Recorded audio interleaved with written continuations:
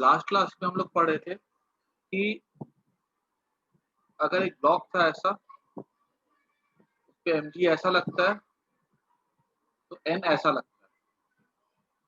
फिर मैंने तुम लोग से पूछा था कि बताओ अगर ये वाला ब्लॉक अगर ऐसा है, इस पे हमने अगर ऊपर से अप्लाई किया फोर्स मान लो 20 न्यूटन, ये 20 सेंटीमीटर है, साइड ये क्यूब है 20 सेंटीमीटर का, तो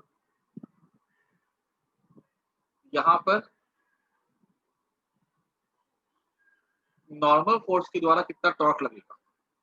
एक बात तो समझ में आती सबको कि नॉर्मल फोर्स मैंने बता दिया था कि हर बार mg और नॉर्मल फोर्स एक ही लाइन पे हो ऐसा कुछ जरूरी नहीं है, ठीक है।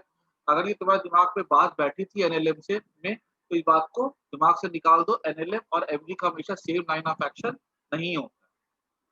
तो हम यहाँ पे एक बात समझ में आती है कि यहाँ पे क्या होगा, यहाँ पे अगर हमने mg के अबाउट यहाँ से एक फोर्स mg लग रहा है, हमने अगर टॉर्क को देखा of f about this centre of मास, तो वो कितना हो जाएगा 20 इंटू ये दूरी कितनी हो जाएगी 10 सेंटीमीटर, पूरा साइड है ना 20, तो बीचों बीच का कितना हो जाएगा 10 हो जाएगा, 20 इंटू 10/100 मीटर। ये नॉर्मल फोर्स कहाँ से लगाएंगे हम लोग, यहाँ से लगाते हैं। ये नॉर्मल फोर्स जो कुछ ऐसा लगेगा ना कि ये लास्ट क्लास का रिवीजन ही चला, ठीक है, कि ये अप्लाई करेगा एक ऐसा टॉर्क कि ये वाले टॉर्क को बैलेंस कर सके। इसका टॉर्क कैसा जाएगा, ये कैसा घुमाएगा, ये वाला ये ऐसा घुमाएगा। नॉर्मल फोर्स कैसा घुमाएगा, ऐसा घुमाएगा। तो नॉर्मल फोर्स ऐसा लगेगा कि इसके टॉर्क को बैलेंस कर सके। तो टॉर्क पर नॉर्मल फोर्स कितना लगना चाहिए, ऑब्वियस सी बात है 20 इंटू 10/100 ही लगेगा ना। ये वाला टॉर्क कैसा, फोर्स की वजह से टॉर्क कैसा है, ये क्लॉकवाइज है, तो नॉर्मल फोर्स की वजह से टॉर्क कैसा लगेगा, एंटी क्लॉकवाइज।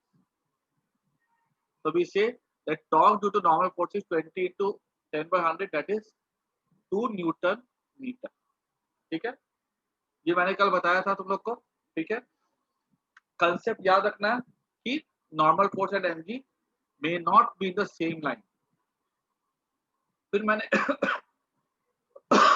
फिर मैंने तुम लोग को एक सवाल बोला था कि यहाँ पे एक ब्लॉक है, इसका मास है 2 kg,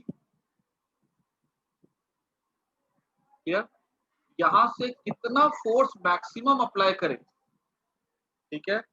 मैक्सिमम फोर्स क्या होना चाहिए ताकि ये रोटेशनल इक्विलिब्रियम में रहे। रोटेशनल इक्विलिब्रियम मतलब लुढ़के ना, है ना। जैसे तुम ग्लास है, तुमने ग्लास को ऊपर से धक्का मारा जोर से, तो क्या होता है, वो ग्लास गिर जाता है, पलट जाता है, ठीक है। ये पलटे ना, रोटेशनल इक्विलिब्रियम मतलब पलटे ना। क्या मैक्सिमम फोर्स होना चाहिए, मास हमको दिया गया था 2 kg, तो और ये वर्टिकली ये ऊपर नीचे जा नहीं रहा है, ये भी क्वेश्चन है, मैंने बोला था। तो ऐसे क्वेश्चन में जब ऊपर नीचे नहीं जा रहा हो, सबसे पहले मैं क्या ले सकता हूँ, यहाँ पे नॉर्मल फोर्स कितना हो जाएगा, mg के इक्वल हो जाएगा 20 न्यूटन, ठीक है। अच्छा, अब यहाँ पे मैक्सिमम फोर्स ताकि लुढ़के ना, तो देखो यहाँ से समझो बात को, तुम जब फोर्स अप्लाई करते हो ना, तो नॉर्मल फोर्स जो है ना, यहाँ से पहले यहाँ पे था जीरो फोर्स, ऐसे धीरे धीरे खिसकना चालू होता है, ठीक है। ये जो नॉर्मल फोर्स है ना, ये ऐसे था यहाँ पे, ऐसे खिसक रहा है, जैसे हम बाहर से फोर्स को बढ़ाते हैं, खिसक रहा है। नॉर्मल फोर्स किसका बच्चा है, नॉर्मल फोर्स बच्चा है कांटेक्ट फोर्स का। कांटेक्ट फोर्स की याद करो, मैंने बताया था कांटेक्ट फोर्स के दो बच्चे थे, नॉर्मल फोर्स थे और फ्रिक्शन फोर्स थे। फ्रिक्शन फोर्स क्या चाहता था कि कोई भी बॉडी सरफेस के साथ रेस्ट पे रहे। नॉर्मल फोर्स भी यही चाहता है कि हमारा बॉडी कैसा रहे, रेस्ट पे रहे, ठीक है। मतलब इसका कंडीशन मतलब रोटेट ना करे यहाँ पे। तो ये नॉर्मल फोर्स क्या करेगा, जैसे जैसे दूर जाएगा, दूर जाने से क्या करता है, ये अपना टॉर्क को बढ़ाता है क्योंकि डिस्टेंस बढ़ा है। दूर जाते जाते जाते तो यहाँ तक पहुंचे, अरे बॉडी के एज पे पहुंच चुका हुआ है, एज से कहाँ जाएगा, एज से थोड़ी जा सकता है। तो मतलब नॉर्मल फोर्स अपना मैक्सिमम डिस्टेंस ये रख सकता है, जब यहाँ तक पहुंच जाएगा तो इसकी टॉर्क की वैल्यू मैक्सिमम हो जाएगी, ठीक है। तो हम क्या बोल सकते हैं, मैक्सिमम टॉर्क, ये साइड 20 सेंटीमीटर दिया गया था, याद करो मैंने बोला था ना, by normal force equals to, ये हो सकता है n that is 20 into maximum distance, कितना कर सकते हो नॉर्मल फोर्स, तो ये 10 सेंटीमीटर कर सकता है ना, सेंटीमीटर तो मीटर में चेंज कर दिया, 0 0 कर दिया, ये मर गया, बचा 2 न्यूटन मीटर। देयरफॉर इसके अबाउट अबाउट ओ, पॉइंट हम कोई भी चूज कर सकते हैं, हमने यहाँ पे ओ चूज किया है ताकि इस mg के टॉर्क से हम बच सके, नहीं तो कहीं और ले लेंगे ना तो फिजिक्स से तो गलत नहीं है लेकिन मैथ्स से हमको प्रॉब्लम होगी। Therefore force maximum, maximum force कितना लगा सकते हैं, तो फोर्स मैक्सिमम ये डिस्टेंस कितना ले लेंगे हम लोग, इसके अबाउट ये परपेंडिकुलर डिस्टेंस कितना होगा, देखो तो फोर्स इंटू परपेंडिकुलर डिस्टेंस कितना हो जाएगा, यहाँ पे ये हो जाएगा हमारा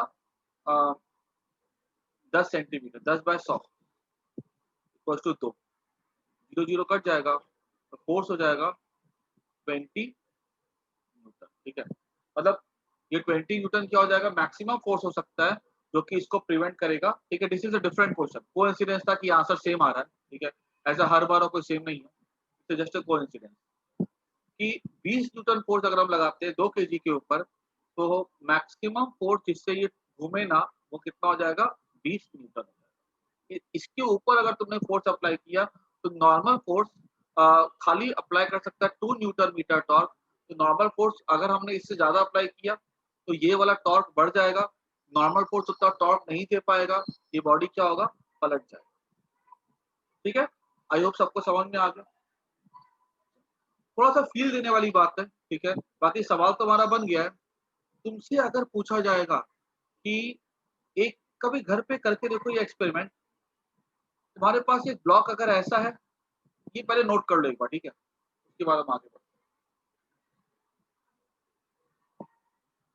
इसके ये सब जो है ना, ये सब कंसेप्ट वाले क्वेश्चंस हमारे जनरली मेंस में और नीट में आते हैं। ठीक है,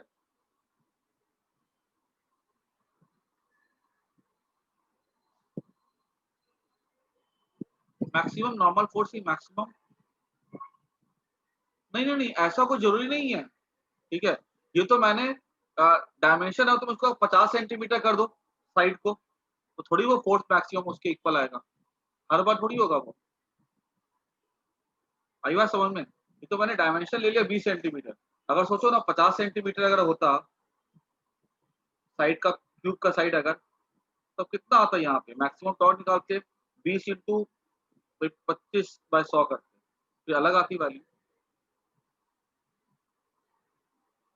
किसी को कंसेप्ट में कोई दिक्कत हो तो पूछ लो। एक छोटी सी बात समझो, किसको पलटाना,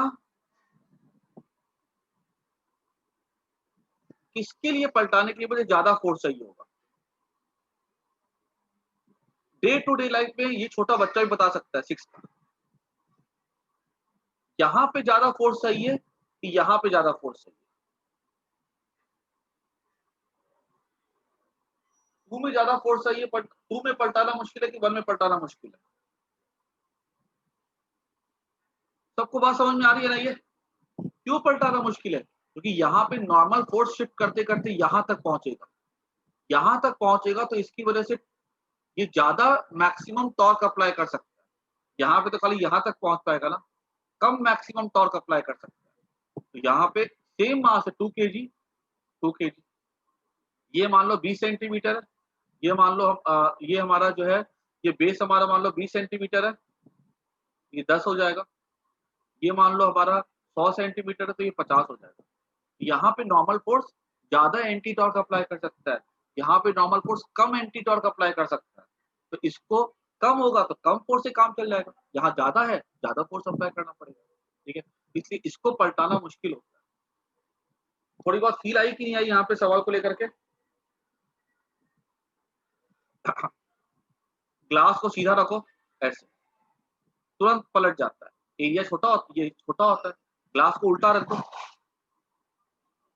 पलटा करके देखो, ऐसा रखो ग्लास को, नहीं पलटता, डिस्टेंस बढ़ जाता है, नॉर्मल फोर्स ज्यादा एंटी टॉर्क अप्लाई करेगा, डिस्टेंस ज्यादा उसको मिलता है, यहाँ पे कम मिलता है। क्लियर? आई होप सबको समझ में आ गया। ठीक है, कोई डाउट हो तो पूछो सामने से। अब एक सवाल मैं करवा रहा हूं, और this is NCERT question.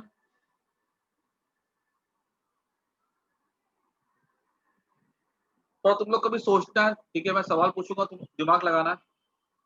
Question क्या है कि एक सीलिंग है, ठीक है, और इस सीलिंग से ना एक यहाँ पे ये रॉड है। रॉड के बारे में पहले बता देता हूँ मैं, this is a rod of non uniform mass distribution. खास बात है इस रॉड की। तो एक बात समझ में आती है, जब मैं ये लिख रहा हूँ स्टेटमेंट ना, तो मतलब रॉड का जो सेंटर ऑफ मास होगा वो उसके ज्योमेट्रिक सेंटर पे नहीं होगा। इसीलिए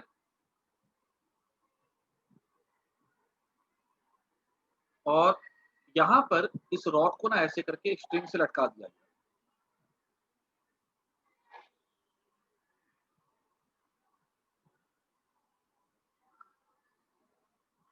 और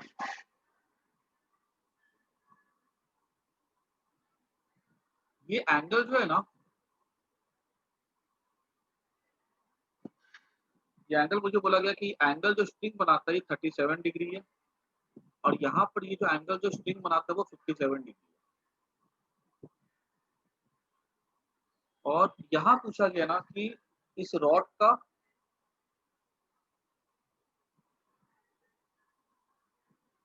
सेंटर ऑफ मास 53 डिग्री, ठीक है, ये रॉड है।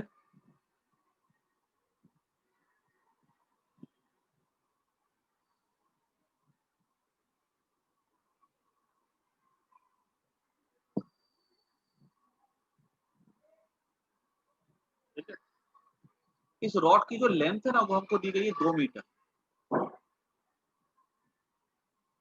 ये इतना डेटा दिया गया, रॉड के मास के बारे में, वेट के बारे में कोई इंफॉर्मेशन नहीं। ठीक है, तो पूछा गया है data 53, 37, 2 metre, find the location of centre of mass of rod. ठीक है, अच्छा सवाल है। ठीक है, ये एक सवाल करके ना तुमको मैं तुमको ऐसा तुमको सवाल पे सोचना है कि तुमको ऐसे कोई भी क्वेश्चन आ जाए तुम उसको सॉल्व कर सकते हो, बिकॉज क्वेश्चन की कोई लिमिट नहीं होती है, कंसेप्ट की लिमिट होती है। कंसेप्ट आएगा तभी क्वेश्चन तुम, कि अगर तुमको कंसेप्ट नहीं आता तुम 3 क्वेश्चन एक किताब से सॉल्व कर सकते हो, चौथे क्वेश्चन में फंस सकते हो, लेकिन तुमको कंसेप्ट अगर आता है ना तो तुम 3 क्वेश्चन सॉल्व कर सकते हो, और उसके बाद तुम 30 क्वेश्चन खुद से बना सकते हो। ठीक है, सॉल्व तो दूर की बात है, सॉल्व तो हो ही हुई होंगे, तुम खुद से क्वेश्चन बना सकते हो। तो बोला गया कि लोकेशन ऑफ सेंटर ऑफ मास हमको रॉड का बताना है। तो ये बीच, ये कहीं ना कहीं बीच पे तो होगा नहीं, बिकॉज बोला गया नॉन यूनिफॉर्म मास। मान लो सेंटर ऑफ मास कहीं इसका यहाँ पर है, ठीक है, और अ, अगर मुझे यहाँ पे सेंटर ऑफ मास लोकेट करना है तो मुझे क्या करना है, मुझे एक बात समझ में आ रही है इस फिगर से कि ये रॉड किसमें रोटेशनल इक्विलिब्रियम में और ट्रांसलेशनल इक्विलिब्रियम। जब भी कोई रॉड मुझे ऐसी दिखती है और वो ट्रांसलेशनल और रोटेशनल इक्विलिब्रियम में, तो मुझे दो बातें समझ में आती है कि एक तो नेट फोर्स जीरो है और दूसरा नेट टॉर्क जीरो। अगर मैं यहाँ पे नेट फोर्स जीरो की बात करूं तो एक मैं पहले यहाँ पे ना इसको मान लेता हूँ, एक रेफरेंस पॉइंट ये एक्स है यहाँ, ठीक है, और ये मान लेते हैं कितना है, 2 - एक्स। लोकेशन हम इसकी पहले फिक्स कर देते हैं। एक एक पॉइंट से हमने क्या मान लिया, ओरिजिन से मान लिया एक्स है, यहाँ से कितना होगा, 2 - एक्स होगा। तो अगर इस पे नेट फोर्स जीरो है तो मैं यहाँ पे क्लियरली एक बात बोल सकता हूँ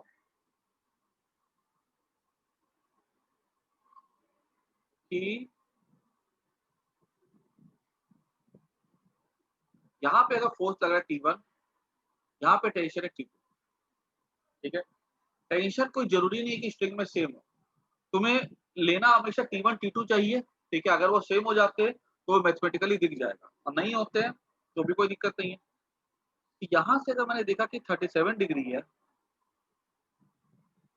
ये एंगल भी कितना हो जाएगा, 37 डिग्री हो जाएगा। और ये मैंने अगर देखा, ये एंगल भी कितना हो जाएगा, 53 डिग्री हो जाएगा। ये ऑल्टरनेट एंगल। पहला इक्वेशन में क्या लिख सकता हूँ, T1 ये इधर जा रहा है cos 37, T1 sin 37। क्योंकि अगर कोई बॉडी रोटेशनल ट्रांसलेशनल इक्विलिब्रियम में है तो उस पे नेट फोर्स जीरो है। नेट फोर्स जीरो है मतलब अलोंग एक्स एक्सिस भी फोर्स जीरो है और अलोंग वाई एक्सिस भी फोर्स कैसा है, जीरो है। तो अगर मान लो मैंने इसको बोला कि ये मेरा अगर वाई एक्सिस है, ये अगर एक्स है, ये एक्स है, ये वाई, तो T1 ये T1 हो गया, ये इसका कंपोनेंट वाई में कितना हो जाएगा, कॉस हो जाएगा, और एक्स में कितना होगा, साइन होगा। सबको कंपोनेंट लेने के लिए आना चाहिए। सटा हुआ साइड वाई है तो कॉस, परपेंडिकुलर एक्स है तो साइन, T1 साइन 37। यहाँ पे T2 कॉस हो जाएगा वाई में, साइन हो जाएगा X, equals to T2 sine 53 degree. Clear. Horizontal में इसका ये मैंने इक्वेशन लिख दिया। तुम्हारे दिमाग में आएगा कि क्या हम इसका इक्वेशन वर्टिकल में भी लिख सकते हैं, तो वर्टिकल में अगर लिखेंगे तो T1 cos T2 cos equals to W। लेकिन पता है मुझे यहाँ पे वेट के बारे में कोई इंफॉर्मेशन नहीं है, ठीक है। अगर मुझे वेट के बारे में इंफॉर्मेशन नहीं है तो मुझे लिख करके कोई फायदा नहीं है। समझो तुम्हें कब क्या चीज लिखनी चाहिए, कब क्या चीज नहीं लिखनी चाहिए। अगर हमसे ना तो वेट मांगा गया है ना उसकी कोई इंफॉर्मेशन, तो मैं झूठ मूठ का एक और इक्वेशन बना करके मुझे कोई फायदा नहीं होने वाला है। हाँ, अगर वेट दिया होता ना तो तुमको वहां पे वेट का यहाँ पे लिखना चाहिए था, इसका और इसका इक्वल टू W, या वेट अगर निकालने बोलता वो भी लिखना चाहिए था। बट ऐसा ना दिया हुआ ना लिखा हुआ, ना निकालने बोला गया, तो मैं उसको लिखता नहीं हूँ। साइन 37 क्या हो जाएगा, 3/5, साइन 53 हो जाएगा 4/5। पहले सिंप्लीफाई कर देता हूँ, 3T1 इक्वल टू 4, ठीक है। और अब बारी आती है मुझे निकालना सेंटर ऑफ मास है। तो सेंटर ऑफ मास मुझे अगर एक्स निकालना है तो मेरे पास अब मुझे क्या करना होगा, रोटेशनल इक्विलिब्रियम यूज करना होगा। बिकॉज एक बात समझ लो, जब तुमने फोर्स का इक्वेशन अप्लाई किया तो फोर्स के इक्वेशन से मुझे T1 T2 मिल सकता है, इसका इक्वेशन ऊपर में मेरे को T1 और W का इक्वेशन मिल सकता है, लेकिन फोर्स के इक्वेशन से मैं कहीं भी x को इन्वॉल्व नहीं कर सकता। अपने थॉट प्रोसेस को डेवलप करो कि तुम्हें क्या स्टेप लेना है और क्या नहीं लेना है। तो अगर मुझे यहाँ पे x को इन्वॉल्व करना है तो ऑब्वियसली मुझे जाना पड़ेगा रोटेशन के इक्वेशन, ठीक है। अब मैं किस कौन से इक्वेशन में आता हूँ, रोटेशन के इक्वेशन में, बिकॉज उस पे मुझे x मिलता है। अब रोटेशन के इक्वेशन में ये पता है कि नेट टॉर्क जीरो होता है about any point. Problem about any point है, मतलब पूरी रॉड में, 2 मीटर की रॉड में मैं कोई भी पॉइंट को सेलेक्ट कर सकता हूँ। अब ये हमको फ्रीडम तो मिल गया, लेकिन ज्यादा फ्रीडम मिलने, ज्यादा ऑप्शन मिलने से ज्यादा कंफ्यूजन भी होता है, ठीक है। तुमको अगर ज्यादा दुकान में जाते हो, तुम्हारे पास अगर कुछ भी चुनने का अगर ऑप्शन है, ठीक है, लेकिन अगर तुमको एक ही चीज, अगर तुम मान लो तुम जाते हो फोन लेने के लिए और तुम्हारे पास 50 मॉडल तुम्हारे सामने, एक ही फोन ले सकते हो, तो ज्यादा कंफ्यूजन होगा। अब किसको सेलेक्ट करें, तो इसमें हमको अपना विजडम डेवलप करना होगा। समझो ध्यान से, कुछ क्वेश्चंस में ये वाले पॉइंट को ले लेते हैं, कभी ये वाले पॉइंट को ले लेते हैं, कभी इस पॉइंट को भी ले लेते हैं। 3 पॉइंट हमको यहाँ पर दिख रहे हैं, 3 में से मुझे किसी एक को चुनना है। अगर मैंने यहाँ पे चुना होता इस पॉइंट, तो प्रॉब्लम क्या होती है, जो W वेट है ना, यहाँ से जो लग रहा होगा सेंटर ऑफ मास से, ठीक है, जो मुझे पता नहीं है, वो मेरे लिए प्रॉब्लम क्रिएट करता है। क्यों, W तो मेरे को पता ही नहीं है। मैं W इंटू एक्स करूंगा, फिर T2 इंटू 2 करूंगा, W इन्वॉल्व हो जाएगा, और W मुझे पता ही नहीं है। मैं ये वाला पॉइंट अगर चूज करता हूँ जिससे W इन्वॉल्व हो जाएगा, तो मैं क्या करता हूँ, मैं इसी पॉइंट को ही चूज कर लेता हूँ, क्यों ना, अपना टॉर्क निकालने के लिए पॉइंट। क्योंकि अगर मैंने इस पॉइंट को चूज कर लिया तो W की दूरी इस पॉइंट से 0 होगी और मेरे मेरे इक्वेशन में W इन्वॉल्व ही नहीं होगा। मैं तुम्हें क्यों ये इतना लंबा-लंबा मैं समझा रहा हूँ, क्योंकि तुम इसकी तरह से 10 क्वेश्चन सॉल्व कर पाओ। ये वाला अगर मुझे W कोई क्वेश्चन में पता होता तो मैं इसको लेता T1 से बचने के लिए। जिस फोर्स से तुमको बचना हो, ठीक है, नहीं पता हो या तुमको प्रॉब्लम क्रिएट करे, तुमको लगता है उस पॉइंट को ही ले लो पॉइंट, जिसके अबाउट टॉर्क निकालो। तो मुझे W नहीं पता है तो मैं ये वाले पॉइंट के अबाउट निकालता हूँ टॉर्क। अब देखो मैं लिखता हूँ यहाँ पे अबाउट पॉइंट ये O, ठीक है। मैं क्या ले सकता हूँ, टॉर्क क्या हो जाएगा T1, देखो तो ये T1 है। अब यहाँ से कितना, देखो तो ये ऐसे, ये आर्म लेंथ इतना हो गया ना, ठीक है, T1 ऐसा है। तो फोर्स का परपेंडिकुलर कंपोनेंट क्या हो जाएगा, इसके ये वाला हो जाएगा ना, वाई वाला। तो T1 into cos 37 into x, force का परपेंडिकुलर वाला हिस्सा इंटू एक्स। ये कैसे घुमाएगा, ऐसे माइनस, ये डायरेक्शन कैसा क्लॉकवाइज जा रहा है, इसको माइनस साइन से दिखा देते हैं। फिर ये वाला हिस्सा क्या हो जाएगा, प्लस T2 इंटू कॉस 37, ये वाला हिस्सा कितना हो गया 2 माइनस एक्स। ये देखो आर्म लेंथ ये हो गई, फोर्स का परपेंडिकुलर वाला हिस्सा ये हो जाएगा ना, ठीक है, अलोंग वाई वाला।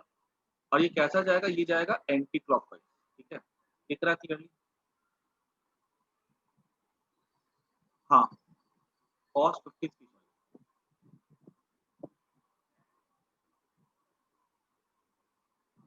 ठीक है, इक्वल इनटू ये डिस्टेंस कितने आज 2 माइनस एक्स है, इक्वल टू 0 हो जाएगा ना, ठीक है। अच्छा मुझे क्या निकालना है, मुझे निकालना है यहाँ पे एक्स की वैल्यू। अभी यहाँ से मैं क्या पुट कर सकता हूँ, T1 इक्वल टू 4T2 है। तो मैं लिख सकता हूँ T1 इंटू कॉस 37 मेरा हो जाएगा 4/5 into X equal to T2 into cos 53 मेरा हो जाएगा 3/5 इंटू 2 माइनस एक्स, ठीक है। अच्छा, और T1 कितना देखो तो, T1 तो है 4T2/3 है,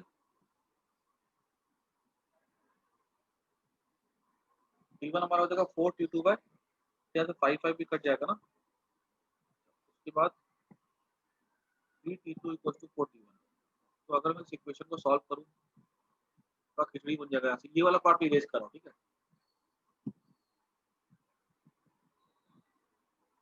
बस आगे तुम्हें खाली इक्वेशन सॉल्व करना है, ठीक है। तो we can write down here T1 के बदले आएगा 4T2/3 into 4 into X equal to T2 3T2 minus X, T2 cancel हो जाएगा, ठीक है। तो 4 4 16, 16x इक्वल टू 3 3 9, 9 2 18, ठीक है, 3 3 9 minus 9x equal to 18, x हो जाएगा 18/25। इसको 100 से ऊपर, ये इतना मीटर में आ जाएगा, इसको 100 से मल्टीप्लाई करो सेंटीमीटर में, 172, तो ये हो जाएगा 72 सेंटीमीटर विद आंसर, ठीक है, फ्रॉम दिस, ठीक है। आई होप सबको समझ में आ गया।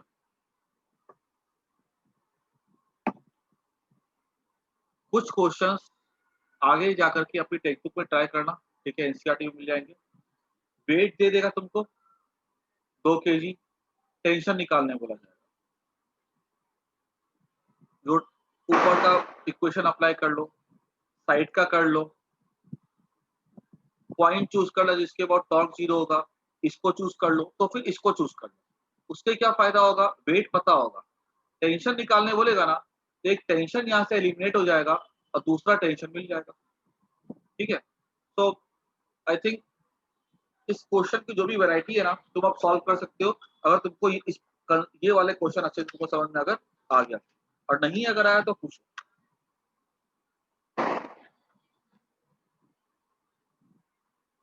ठीक है। इसको फटाफट नोट कर दो।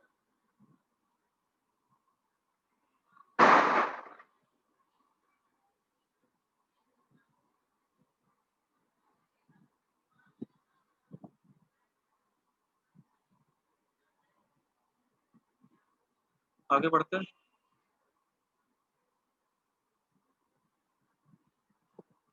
आगे बढ़े।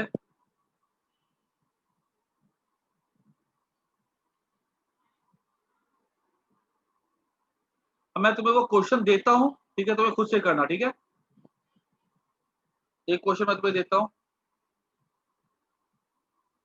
ये मैं अभी नहीं करूंगा, ये तुम घर पे ट्राई करो, ठीक है, और फिर मुझे करके मेरे को आंसर भेजना।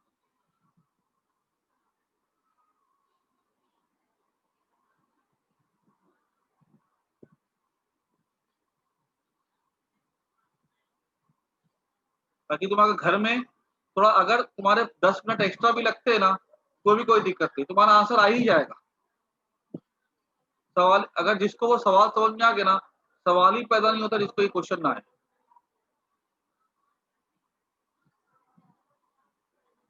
रॉड की लेंथ है 2 metre, mass of the rod है, ये वाला मास है 8 kg, ठीक है। यहाँ मास रखा गया 2 kg। ये यूनिफॉर्म रॉड है।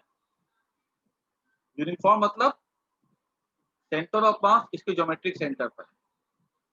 डिस्टेंस 25 सेंटीमीटर है, 8 2 मीटर, ठीक है। स्ट्रिंग 1 है, स्ट्रिंग 2 है, ठीक है।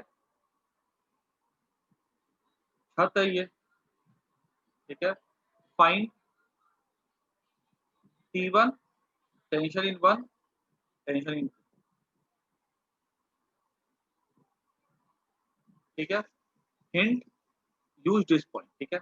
बाकी ये पॉइंट यूज करो, कोई भी पॉइंट तुम्हारी मर्जी पे, ठीक है। ठीक है, आगे बढ़ते हैं। ये क्वेश्चन नोट कर लो जो तुमको सॉल्व करना कर।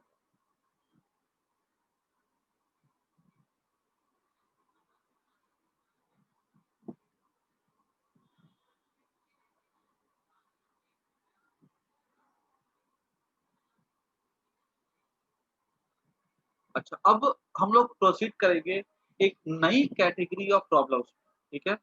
This category of problem is the ladder problem, ठीक है। लैडर प्रॉब्लम में मैं तुम लोग को थोड़ा सा पहले बेस थोड़ा सा क्लियर कर देता हूं मैं,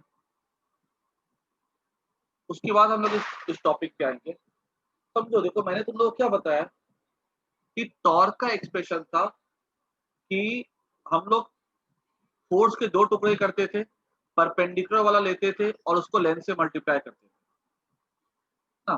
खाली वैल्यू बात की जाए तो एफ आर साइन थीटा या आर एफ, वैल्यू में हम आगे पीछे चलेगा। तो मैंने क्या बोला था कि आर और एफ साइन थीटा, वो टुकड़ा जो आर के परपेंडिकुलर, क्या मैं इसको ऐसा नहीं लिख सकता हूँ एफ आर साइन थीटा? अगर मान लो तुम्हें कब कौन सा मेथड यूज करना चाहिए, अगर मान लो कोई रॉड अगर ऐसी है, फोर्स मेरा ऐसा है, ये मुझे अगर एंगल दिया जाए 30 डिग्री विथ आर, तो फोर्स के दो टुकड़े करो, ये एंगल दे दे या ये एंगल दे दे, ठीक है। फोर्स के दो टुकड़े करो। लेकिन कभी मान लो अगर ऐसा कोई क्वेश्चन हो, ऐसे मान लो कोई सीढ़ी है और यहाँ पे ना ऐसे करके मान लो कोई रॉड है, कोई सीढ़ी है, कुछ भी ऐसा है, और उस पे ना यहाँ पे हमें बोला गया है कि फोर्स ऐसे अप्लाई किया जा रहा है, ठीक है। और ये एंगल हमको दिया गया 30 डिग्री, ये यहाँ से हिंज है, ठीक है। ऐसे हिंज मतलब गर्दन में काटी ठोकी गई, ये फोर्स मुझे दिया गया 2 न्यूटन। मतलब निकालो टॉर्क क्या होगा। समझो, एंगल यहाँ पे ऐसे दिया गया, यहाँ पे ऐसे दिया गया। तो अगर कभी भी ऐसा तुम फॉर्मेट में देखो ना प्रॉब्लम, तो तुम्हारे लिए ज्यादा इजी तरीका क्या होगा, उसका स्टेप क्या होगा इसके लिए, extend line of action of force. Distance वाला मुझे दिया गया 10 metre, line of action of force,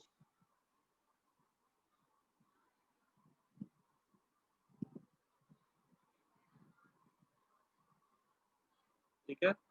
second, drop find perpendicular distance of F from point about which tau is calculated, is to be calculated. ठीक है. Third step, multiply F and value in. ठीक है.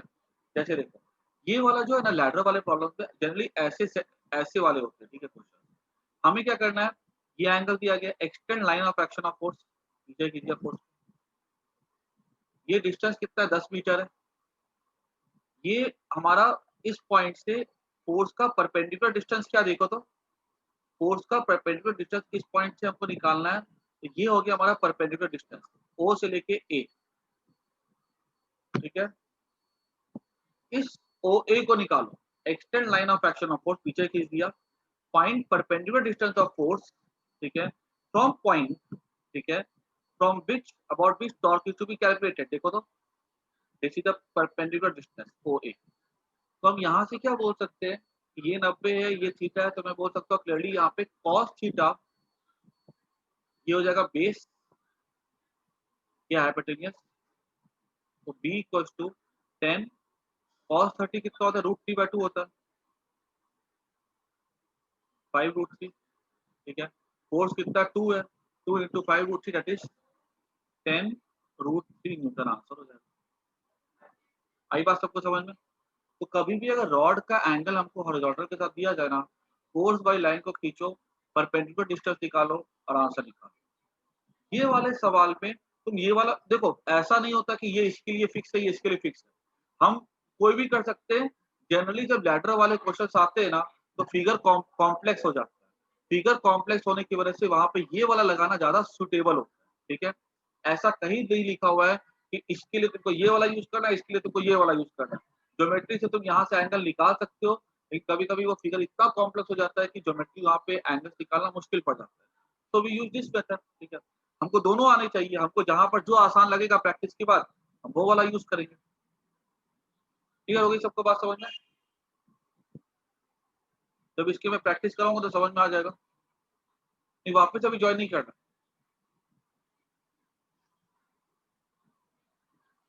ये सब कोई note कर दो. एक सम करवाता हूँ मैं.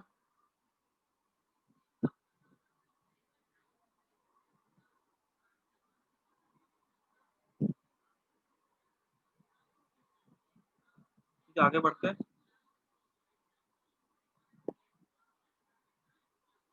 एक क्वेश्चन देखो, सिंपल सा क्वेश्चन है, लेकिन ये समझ जाओगे तुम टफ से टफ क्वेश्चन भी कर पाओगे. एक सीढ़ी है, इसको अभी कौन से क्वेश्चंस करें हम लोग, लैडर प्रॉब्लम. एक सीढ़ी है, यहाँ पर ladder is massless.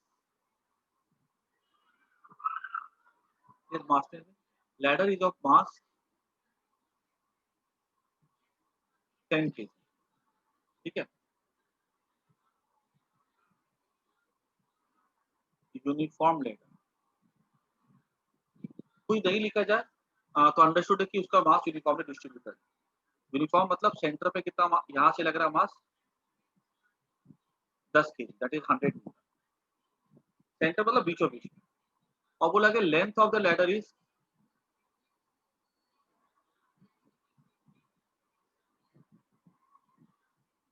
Let's say 10 metre. ठीक है. And theta equals to 37. Fine पहला, ये ए वॉल, ये बी वॉल,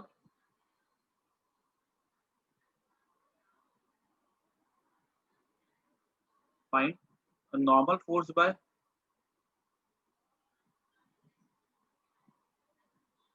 वॉल ए ठीक है। ये वॉल कैसी फ्रिक्शनलेस दी गई है। ये वाली दीवार, ये वाली जो है ना, जो फ्लोर है, यहाँ फ्रिक्शन है। सेकेंड, नॉर्मल फोर्स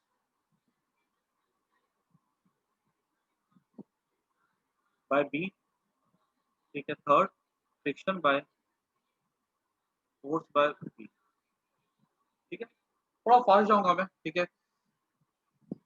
कहीं कोई दिक्कत होगा तो पूछ लेना, ठीक है, टाइम कम है। यहाँ पर देखो, ये 100 N1 है, ठीक है। यहाँ पर फ्रिक्शन फोर्स नहीं है। तो ये मैंने तुम्हें क्या बता के रखा था, याद करो कि कभी भी नॉर्मल फोर्स की अगर बात की जाए तो यहाँ पर वॉल के ऊपर में ये जो वॉल है ना, ये जो लैडर है, इसके नीचे सरफेस है, ऊपर सरफेस, ठीक है। लेकिन ऊपर वाले पार्ट पे लैडर नहीं है ना, इस पॉइंट के नीचे लैडर है। तो कभी भी अगर ऐसा हो ना, तो नॉर्मल, तुमको जिस पॉइंट के ऊपर नीचे सरफेस दिखे वहां पे ड्रॉ कर दो नॉर्मल। ये पॉइंट है ना, कहाँ दिख रहा है सरफेस, ऊपर और नीचे दिख रहा है ना, तो इसके यहाँ ड्रॉ कर दो नॉर्मल। इसको नाम दे दो N1 का। यहाँ पे किधर नॉर्मल ड्रॉ करेंगे, इसके इधर, इस पॉइंट के लैडर के इस साइड में सरफेस है, इधर भी सरफेस, तो इस सरफेस के ड्रॉ कर दो नॉर्मल। जिस पॉइंट के दोनों तरफ सरफेस होना, ठीक है, उस पे ही ड्रॉ करना है नॉर्मल, ठीक है। तुम इसको जो है ना ऐसा ड्रॉ नहीं कर सकते, ये तरीका गलत हो जाएगा, ठीक है। क्योंकि इस पॉइंट के इधर तो कोई सरफेस नहीं ना, लैडर खाली इधर ही है। तो रूल याद रखना है कि जिस पॉइंट के दोनों तरफ सरफेस हो वही ड्रॉ करना है, उसी सरफेस की परपेंडिकुलर ड्रॉ करना है नॉर्मल। ये मैंने तुम लोग को एनएलए में बताई थी बात, ठीक है। छोटी सी बात है, लेकिन यही सब बातें हैं जो कंसेप्ट को बिल्डअप करती है और सवाल को सॉल्व करती है। अब देखो दूसरी बात, ये लैडर है, ये किधर खिसकेगी, अगर फ्रिक्शन नहीं होता तो क्या होता, यहाँ पे ये N1 जो इधर फोर्स लगा रहा है, इसकी वजह से लैडर इधर खिसकती।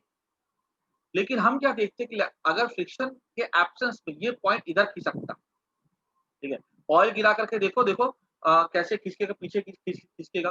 पेन को ले लो, ठीक है, उसको लैडर की तरह उंगली उंगली पे रख के बना के देखो, तो पीछे की तरफ खिसकेगा, तो फ्रिक्शन किधर लगेगा, इस पे आगे लगेगा, ठीक है। क्लियर होगी बात। ये हमने ड्रॉ कर दिया नॉर्मल फोर्स ऑफ फ्रिक्शन। दूसरा, अब यहाँ पे निकालना है हमको। तो सबसे पहले तो मैं क्या करता हूँ, मुझे अगर यहाँ पे नॉर्मल फोर्स बाय ए निकालना है, तो मैं क्या करता हूँ, मैं ना यहाँ पर इस पॉइंट को चूज करता हूँ जिसके अबाउट पे टॉर्क निकालूंगा। क्योंकि इसको चूज करने से मुझे दो फायदा होगा, एक तो N2 और F का लफड़ा ही खत्म, क्योंकि उसकी वजह से टॉर्क होगा नहीं। N1 और 100 न्यूटन का मुझे टॉर्क निकालना है, ठीक है। N1 बच जाएगा और निकल भी जाएगा आसानी से। तो जरा देखो, ये रॉड की लेंथ कितनी है, 10 मीटर है। मैंने बोला ये एंगल 37 डिग्री है, तो ये वाला साइड कितना हो जाएगा, cos 37 degree equals to base upon hypotenuse